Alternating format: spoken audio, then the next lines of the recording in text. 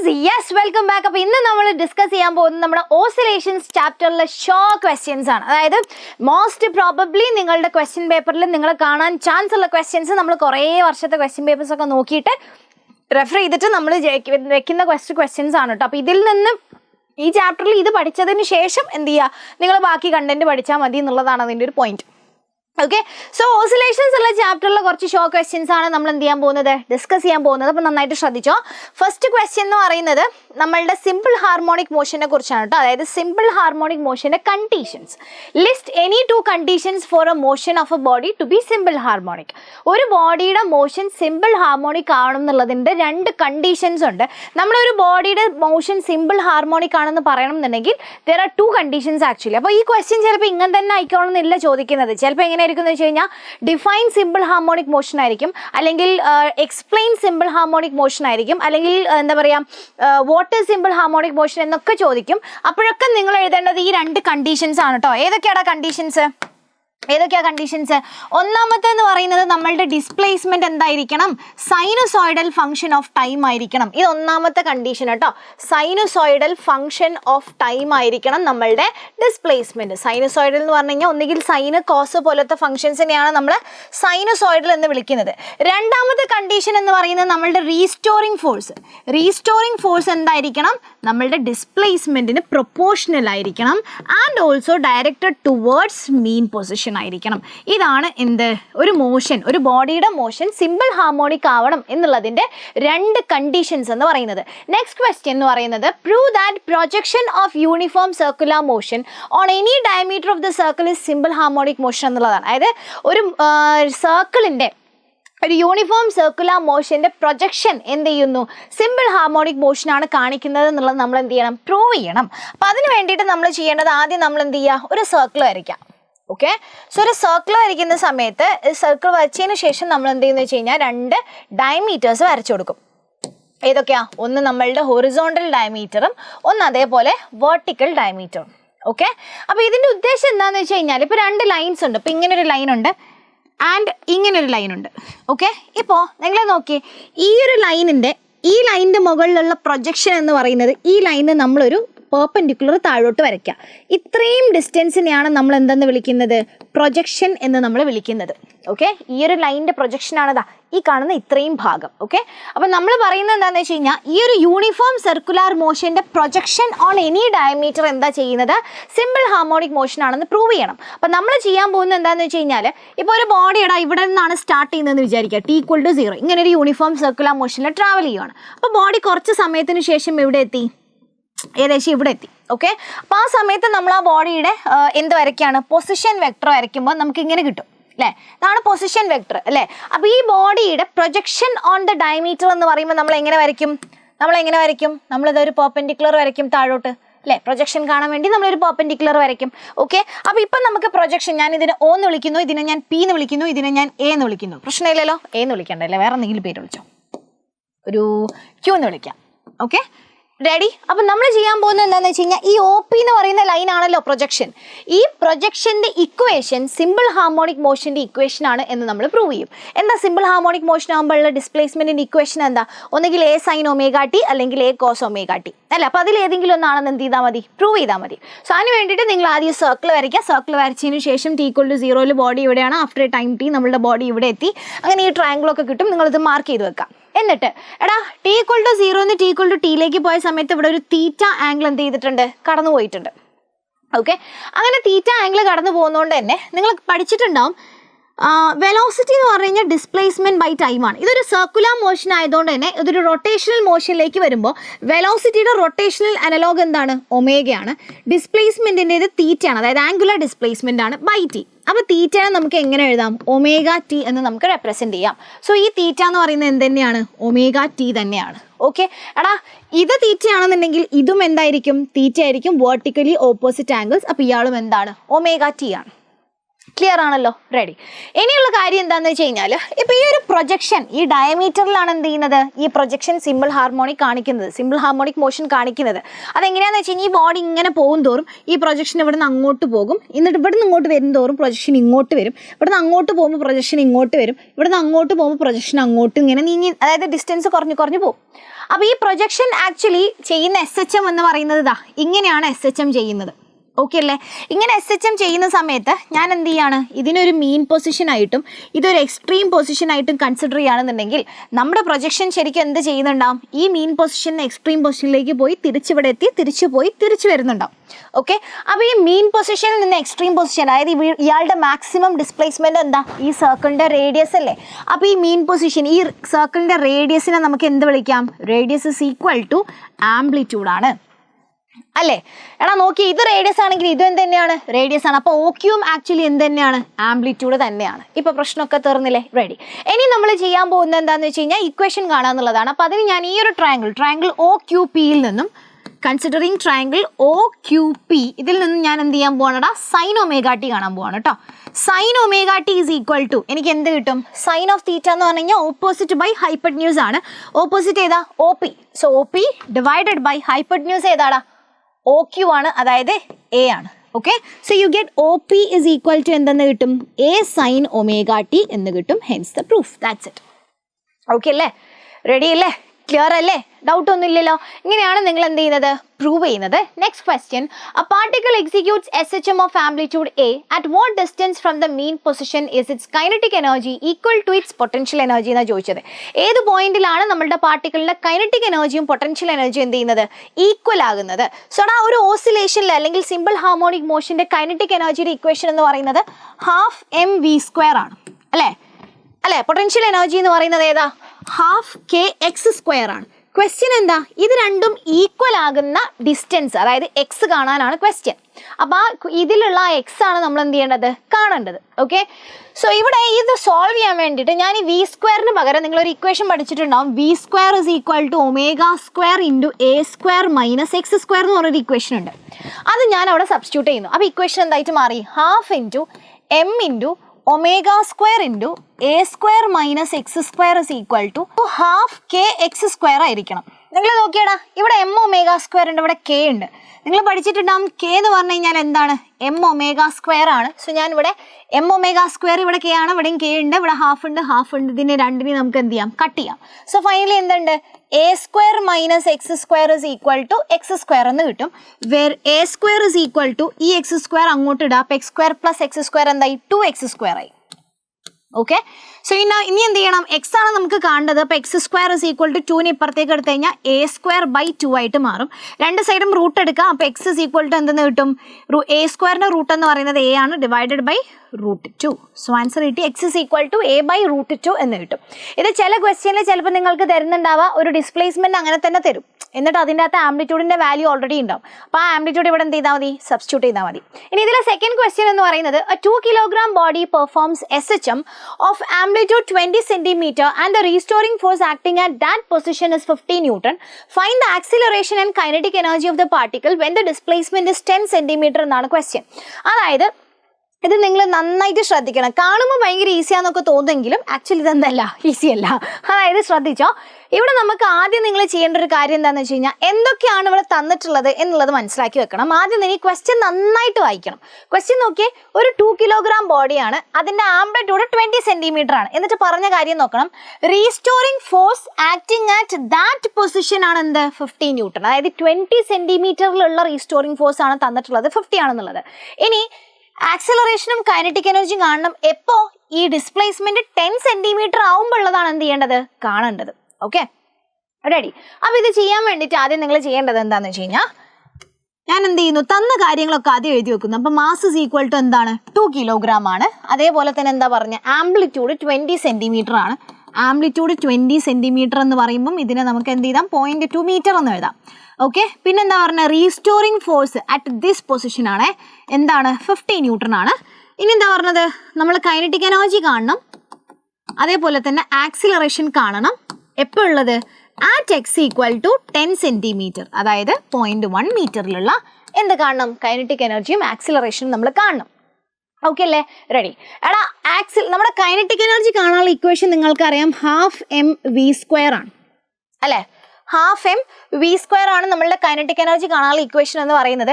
അപ്പോൾ ഈ V square കിട്ടണമെന്നുണ്ടെങ്കിൽ നിങ്ങൾക്ക് എന്ത് വേണം? ഹാഫ് എം ഇൻറ്റു ഞാനിതിനെ M omega square into A square minus X square എന്ന് എഴുതി കഴിഞ്ഞാൽ നമ്മൾക്കിവിടെ എം ഒമേഗ സ്ക്വയർ കിട്ടണം. എന്ത്? കൈനറ്റിക് എനർജി കാണാൻ. ആംപ്ലിറ്റ്യൂഡും തന്നിട്ടുണ്ട്, ഡിസ്പ്ലേസ്മെന്റും കയ്യിലിട്ടിട്ടുണ്ട്. പക്ഷെ എന്ത് വേണം? കെയുടെ വാല്യൂ നമ്മൾക്ക് നിർബന്ധമാണ്.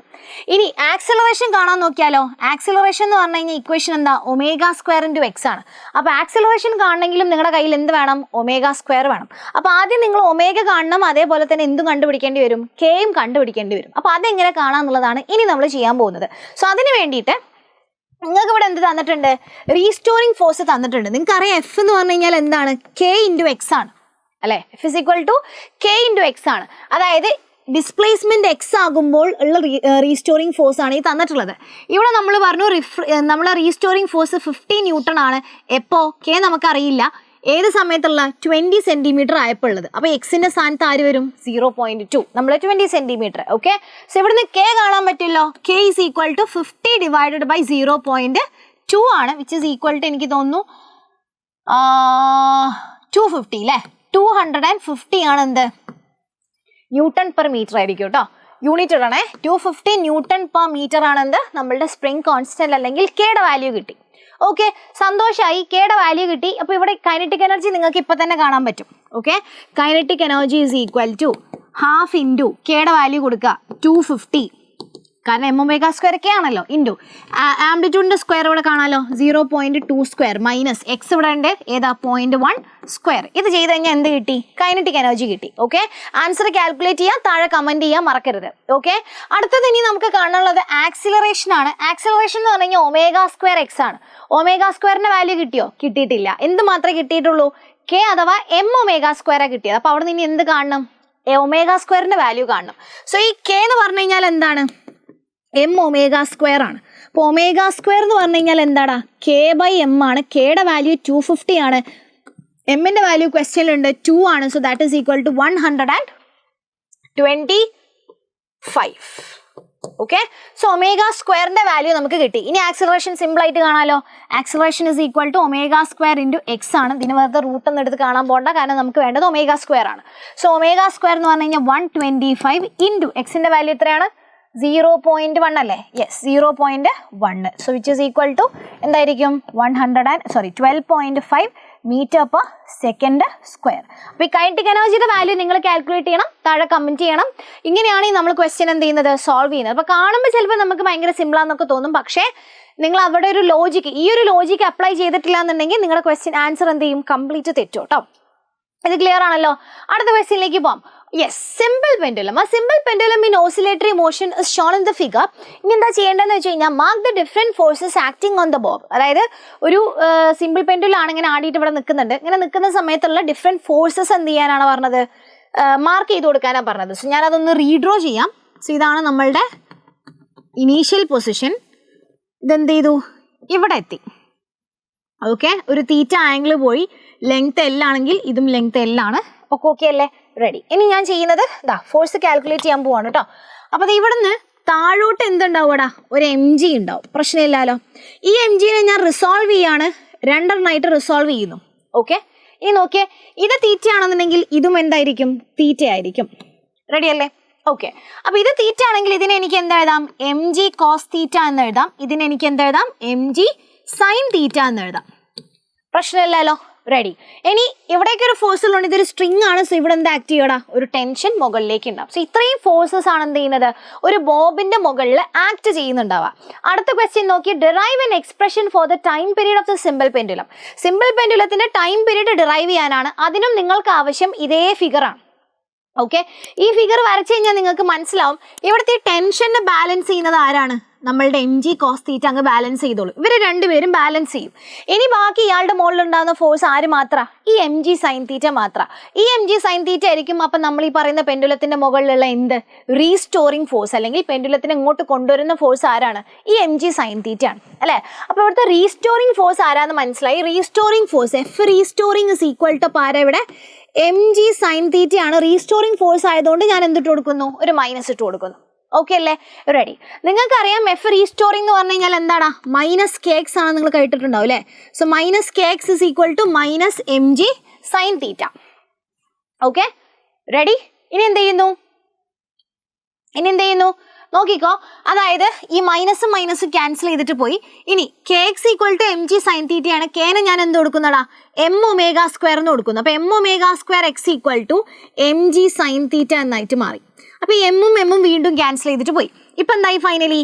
Omega square X equal to G sine theta. ഇനി നമ്മൾ ഈ sine theta, if theta is very small, theta വളരെ ചെറുതാണെങ്കിൽ നമ്മൾ എന്ത് ചെയ്യുന്നത് വെച്ച് കഴിഞ്ഞാൽ സൈൻ തീറ്റേനെ നമ്മൾ അപ്രോക്സിമേറ്റ്ലി ഈക്വൽ ടു തീറ്റ എന്ന് കൺസിഡർ ചെയ്യും. ഓക്കെ, അപ്പോൾ ഇക്വേഷൻ വീണ്ടും എന്തായിട്ട് മാറിയടാ? Omega square X equal to G theta എന്നായിട്ട് മാറി.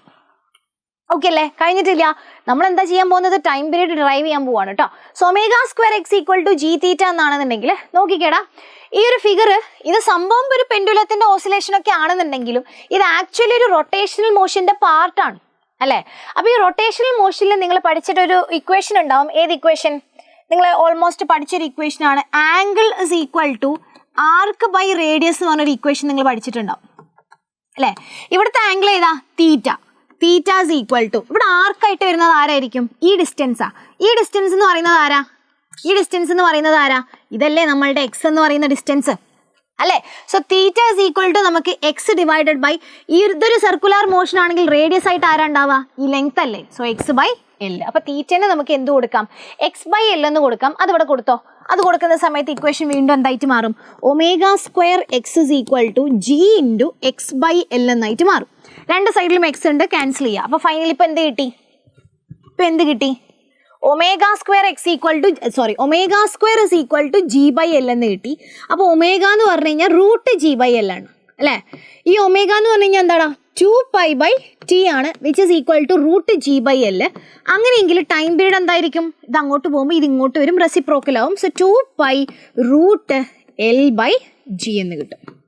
ഓക്കെ, സോ ടൈം പീരീഡിന്റെ ഇക്വേഷൻ കിട്ടി. 2π√L/g എന്നെന്ത് ചെയ്യും? കിട്ടും. ക്ലിയർ അല്ലേ? അടുത്തൊരു ക്വസ്റ്റ്യനും കൂടെ ഉണ്ട്. What is seconds pendulum? Find the length of seconds pendulum. എന്താണ് ഒരു സെക്കൻഡ്സ് പെൻഡുലം? സെക്കൻഡ്സ് പെൻഡുലം എന്ന് പറഞ്ഞു കഴിഞ്ഞാൽ എന്താ? ടൈം പീരീഡ് 2 seconds ഉള്ള പെൻഡുലത്തിനെയാണ് നമ്മൾ എന്തെന്ന് വിളിക്കുന്നത്? സെക്കൻഡ്സ് പെൻഡുലം എന്ന് വിളിക്കുന്നത്. ക്വസ്റ്റ്യൻ എന്താ? Find the length of seconds pendulum എന്നാ ചോദിച്ചത്. നിങ്ങൾ എന്ത് കാണണം? സെക്കൻഡ്സ് പെൻഡുലത്തിന്റെ ലെങ്ത് കാണണം. സെക്കൻഡ്സ് പെൻഡുലത്തിന്റെ ലെങ്ത് കാണാൻ നിങ്ങളുടെ കയ്യിൽ ഒരു ഇക്വേഷനേ ഉള്ളൂ. ഏതാ? t is equal to 2π√L/g എന്ന് പറഞ്ഞ ഇക്വേഷൻ അല്ലേ? So time period seconds pendulum ആയതുകൊണ്ട് t എന്താണ്? 2 ആണ്. അപ്പോൾ 2 is equal to 2π√L നമുക്ക് കാണാനുള്ളതാണ് ഡിവൈഡഡ് ബൈ g എന്ന് പറഞ്ഞു കഴിഞ്ഞാൽ നമ്മളത് എർത്തിലല്ലേ കാൽക്കുലേറ്റ് ചെയ്യുന്നത്. അപ്പോൾ ജിയുടെ വാല്യൂ നമുക്ക് എന്ത് കൊടുക്കാം? 9.8 എന്നോ അല്ലെങ്കിൽ നിങ്ങൾക്ക് 10 എന്നോ കൊടുക്കാം. ഓക്കെ, ഇനി ഞാൻ എന്ത് ചെയ്യുന്നു? 2 ക്യാൻസൽ ചെയ്യുന്നു. അപ്പോൾ എന്തായി? 1 is equal to π√L/10 എന്നായിട്ട് മാറി. ഈ പൈനെ ഞാൻ അങ്ങോട്ട് എടുത്തു. അപ്പോൾ 1/π is equal to √L/10 ആയിട്ട് മാറി. ഞാൻ രണ്ട് സൈഡും സ്ക്വയർ ചെയ്യാണ്. അപ്പോൾ 1/π² is equal to L/10 എന്ന് കിട്ടും. Where L is equal to 10 അപ്പുറത്തേക്ക് കൊടുക്കുക. അപ്പോൾ 10/π² ആയിട്ട് മാറും. 10/π² എന്ന് പറഞ്ഞു കഴിഞ്ഞാൽ അപ്രോക്സിമേറ്റ്ലി ഈക്വൽ ടു 1 ആണ്. So that is 1 metre. അപ്പോൾ നിങ്ങൾക്ക് എന്ത് കിട്ടും? സെക്കൻഡ്സ് പെൻഡുലത്തിന്റെ length is equal to 1 metre എന്ന് കിട്ടും. ക്ലിയർ ആണോ? റെഡി അല്ലേ? അടുത്ത question. In a simple pendulum made of a metallic wire what will happen to the period when the temperature increases? Give a reason.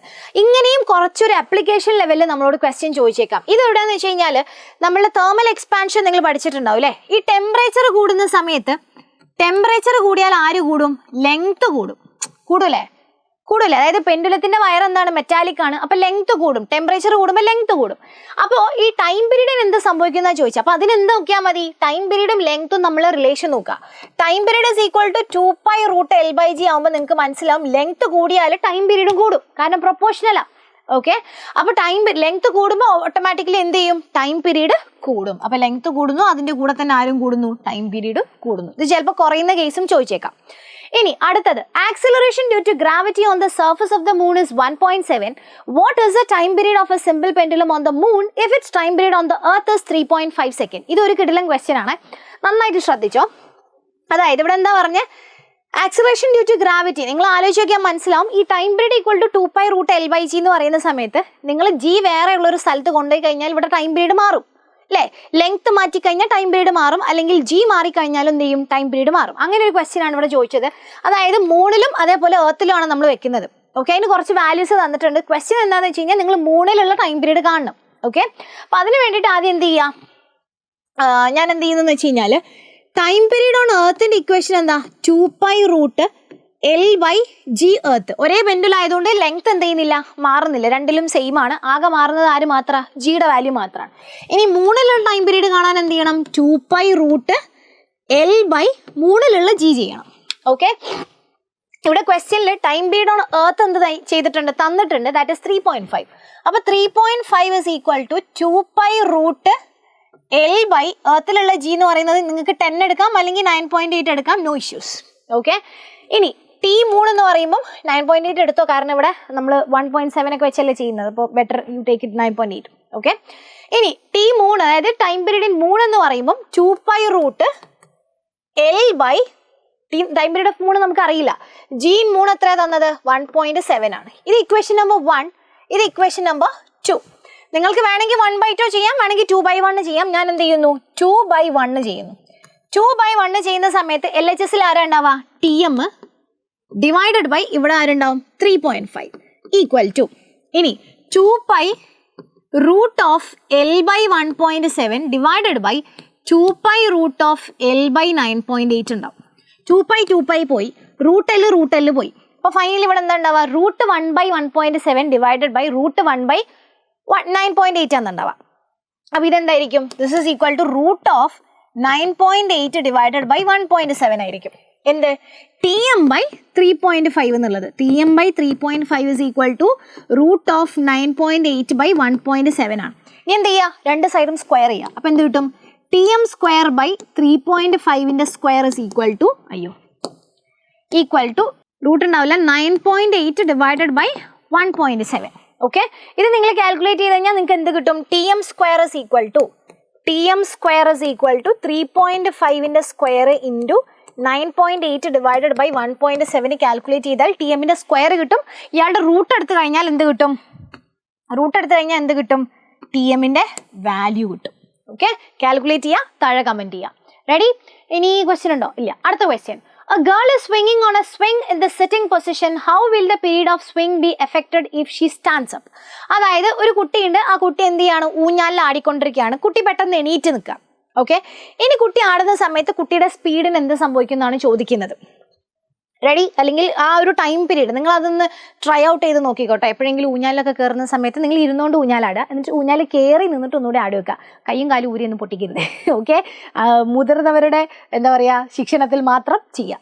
അപ്പോൾ നിങ്ങൾക്ക് മനസ്സിലാവും ഞാൻ പറഞ്ഞുതരാം എന്താ സംഭവം എന്ന് വെച്ചത്. അത് ഇതാണ് ഇപ്പോൾ ഊഞ്ഞാൽ. ഈ ഊഞ്ഞാലാടുക എന്ന് പറയുന്നതും ഫിസിക്കലി എന്ത് തന്നെയാണ്? ഒരു പെൻഡുലത്തിൻ്റെ ടൈപ്പാണ് അല്ലേ? ഒരു ഓസിലേഷൻ തന്നെയാണ്. അപ്പോൾ ഇവിടെ ഇങ്ങനെ കുട്ടി ഇരുന്നിട്ട് ഊഞ്ഞാലാടുന്ന സമയത്ത് കുട്ടി ഇങ്ങനെ ഇരിക്കുകയാണ്. റെഡി?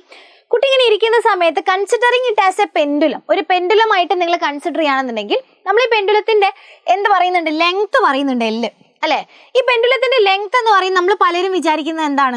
ഈ പോയിന്റ് ഓഫ് സസ്പെൻഷൻ മുതൽ ഈ ഒരു സ്ട്രിങ്ങിൻ്റെ ലെങ്ത്താണ് നമ്മൾ എല്ലുകൊണ്ട് ഉദ്ദേശിക്കുന്നതെന്നാണ് വിചാരം. അല്ല, ആക്ച്വലി എല്ലെന്ന് പറയുന്നത് ഈ സ്ട്രിങ് സസ്പെൻഡ് ചെയ്ത പോയിന്റ് മുതൽ നമ്മളുടെ ബോബിൻ്റെ സെൻറ്റർ ഓഫ് മാസ് വരെയുള്ള ലെങ്ത്തിനെയാണ് നമ്മൾ എല്ലെന്ന് വിളിക്കുന്നത്. Okay, ready? അപ്പോൾ നിങ്ങൾ ആലോചിച്ച് നോക്കി, ഒരു കുട്ടി ഇരുന്ന് ആടുന്ന സമയത്ത് കുട്ടിയുടെ സെൻറ്റർ ഓഫ് മാസ് എവിടെ ഉണ്ടാവുക? കുട്ടിയുടെ സെൻറ്റർ ഓഫ് മാസ് ഇതാ ഇവിടെ ഉണ്ടാവും. ഓക്കെ, അപ്പോൾ ഈ സെൻറ്റർ ഓഫ് മാസ് ഇപ്പം കുട്ടി ഇങ്ങനെ ആടിക്കൊണ്ടിരിക്കുക. ഇനി കുട്ടി അങ്ങ് എണീറ്റ് നിന്നു. ഇങ്ങനെ എണീറ്റ് നിൽക്കുന്ന സമയത്ത് ഇവിടെയുള്ള സെൻറ്റർ ഓഫ് മാസ് എവിടേക്ക് ഷിഫ്റ്റ് ചെയ്യും? ഇവിടേക്ക് ഷിഫ്റ്റ് ചെയ്യൂലേ? അപ്പം നേരത്തെ ഇത്രയും ലെങ്ത് ഉണ്ടായിരുന്നു, എന്നാൽ കുട്ടി എണീറ്റ് നിന്ന സമയത്ത് ലെങ്ത് എന്ത് ചെയ്തു? കുറഞ്ഞു. L' അല്ലേ? സെൻറ്റർ ഓഫ് മാസ് ഷിഫ്റ്റ് ചെയ്തു. അപ്പോൾ എഫക്റ്റീവ് ലെങ്ത് എന്ത് ചെയ്യാണ്? കുറയാണ്. ലെങ്ത് കുറഞ്ഞാൽ ഓട്ടോമാറ്റിക്കലി ടൈം പീരീഡ് എന്ത് ചെയ്യും? കുറയും. ഓക്കെ, അത് നീറ്റ് നിൽക്കുമ്പോൾ നിങ്ങൾ ആടുന്ന ഓസിലേഷൻ എന്തായിരിക്കും? ടൈം പീരീഡ് കുറവായിരിക്കും, അതായത് കുറച്ചും കൂടെ ഫാസ്റ്റ് ആവും എന്നർത്ഥം. Okay, clear? ഇതാണ് ഊഞ്ഞാലിൻ്റെ കേസ്. ഇനി അടുത്ത question, the last question, derive an expression for period of oscillation of A loaded spring. ഇത് ഭയങ്കര സിമ്പിളാണ്. അതായത് ഇത് ചെയ്യേണ്ടത് എങ്ങനെയാണെന്ന് വെച്ച് കഴിഞ്ഞാൽ നമുക്ക് restoring force F is equal to -kx എന്ന് പറഞ്ഞൊരു ഇക്വേഷൻ ഉണ്ട്. എഫിനെ നമുക്ക് എന്ത് എഴുതാം?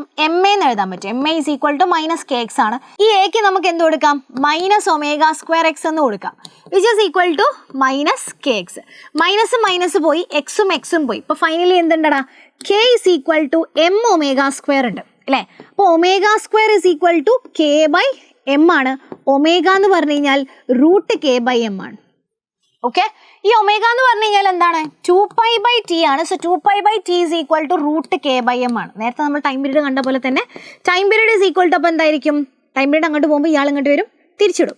അപ്പോൾ 2π√m/k ഇതാണ് time period of A loaded spring എന്ന് പറയുന്നത്. ഇത്രയേ ഉള്ളൂ നമ്മുടെ ഓസിലേഷൻസിലെ ക്വസ്റ്റ്യൻസും കാര്യങ്ങളും. വളരെ സിമ്പിളാണ്, നിങ്ങൾക്ക് സിമ്പിളായിട്ട് പഠിച്ചെടുക്കാവുന്നതേ ഉള്ളൂ. കുറഞ്ഞ കൺസെപ്റ്റ്സും കാര്യങ്ങളെ നമ്മളിന്ന് ഡിസ്കസ് ചെയ്തിട്ടുള്ളൂ. ചിലപ്പോൾ നിങ്ങൾക്ക് കേൾക്കുമ്പോൾ ഒരു ടഫ്നെസ് ഒക്കെ ഫീൽ ചെയ്യാം. പക്ഷേ നിങ്ങൾ കൺസെപ്റ്റ് മനസ്സിലാക്കി പഠിച്ചു കഴിഞ്ഞാൽ അടിപൊളിയായിട്ടുള്ള ചാപ്റ്ററാണ്. സിമ്പിളായിട്ട് നിങ്ങൾക്ക് 4 മാർക്കാണ് നമ്മളുടെ ഇതിൻ്റെ വെയിറ്റേജ് കേട്ടോ. ഈ 4 മാർക്ക് നിങ്ങൾക്ക് സിമ്പിളായിട്ട് വാങ്ങിച്ചെടുക്കാൻ പറ്റുന്നുള്ളൂ. Okay, so that's about it. Thank you, bye, see U.